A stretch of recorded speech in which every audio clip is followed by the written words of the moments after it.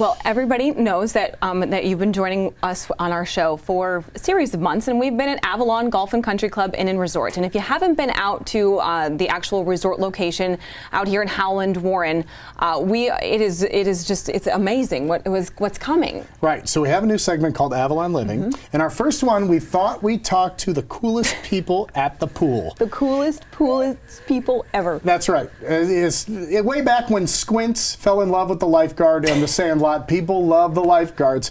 They have to be tough and they have to know what they're doing. Same thing for the folks here. So we got to visit them a little bit, find out how they got their job and how they do it.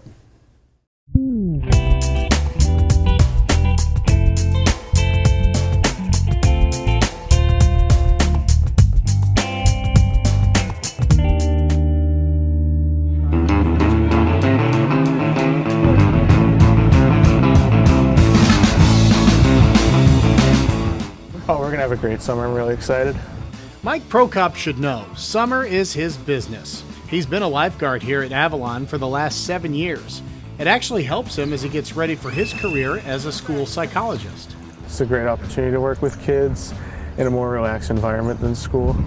And this year, Jarett Calleja joins the team. It's a job he's had his eyes on.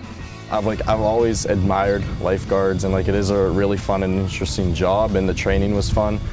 That's true, but it's a lot of work. Jarett and Mike both had to be certified to work here and go through a course that sounds more like boot camp than lifeguard training.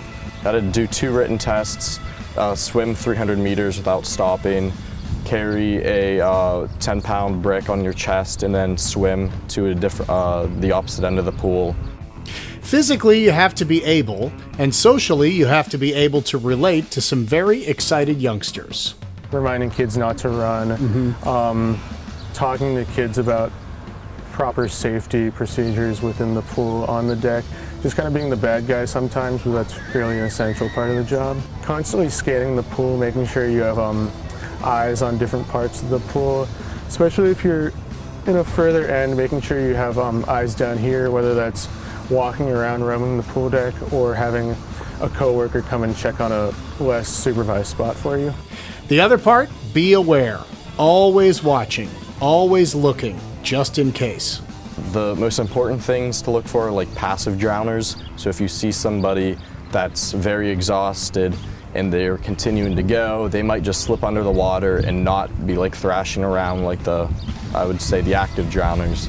So you really have to pay attention for somebody that seems exhausted or that has some kind of medical condition that would inhibit them from swimming. That actually happened to Mike a few years back, and he had to take action. I have here about 5 years ago, but it was a shallow entry, so I just saw a smaller child getting nervous, starting to flap his arms, do the classic, just making a lot of waves, a lot of foam. So I just hopped in shallow and just entered, grabbed him, picked him up, got him out of the pool. What'd the parents say? They were just really thankful that we're here to keep everybody safe.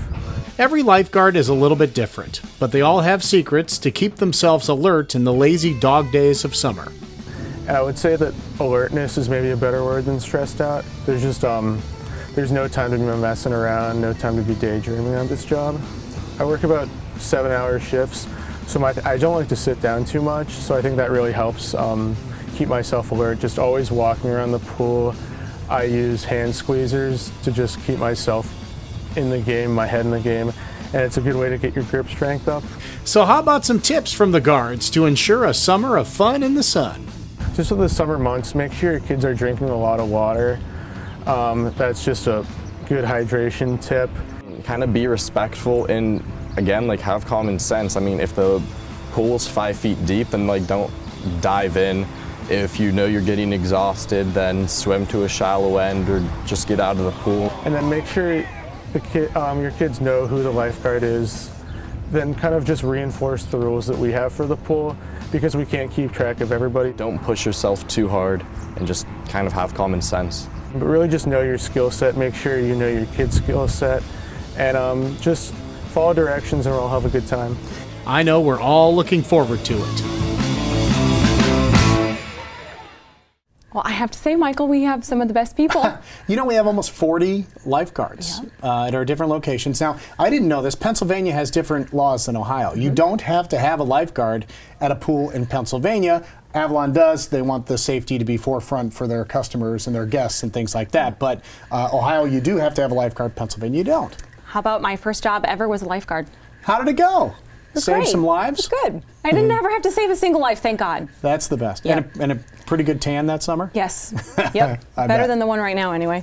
All right. If you like this video, subscribe to Valley Spotlight on YouTube and be sure to click on the notifications bell so you know when we've got some new stuff. You also can like us on Facebook, follow us on Instagram and Twitter, and subscribe to us on Vimeo or our Roku channel.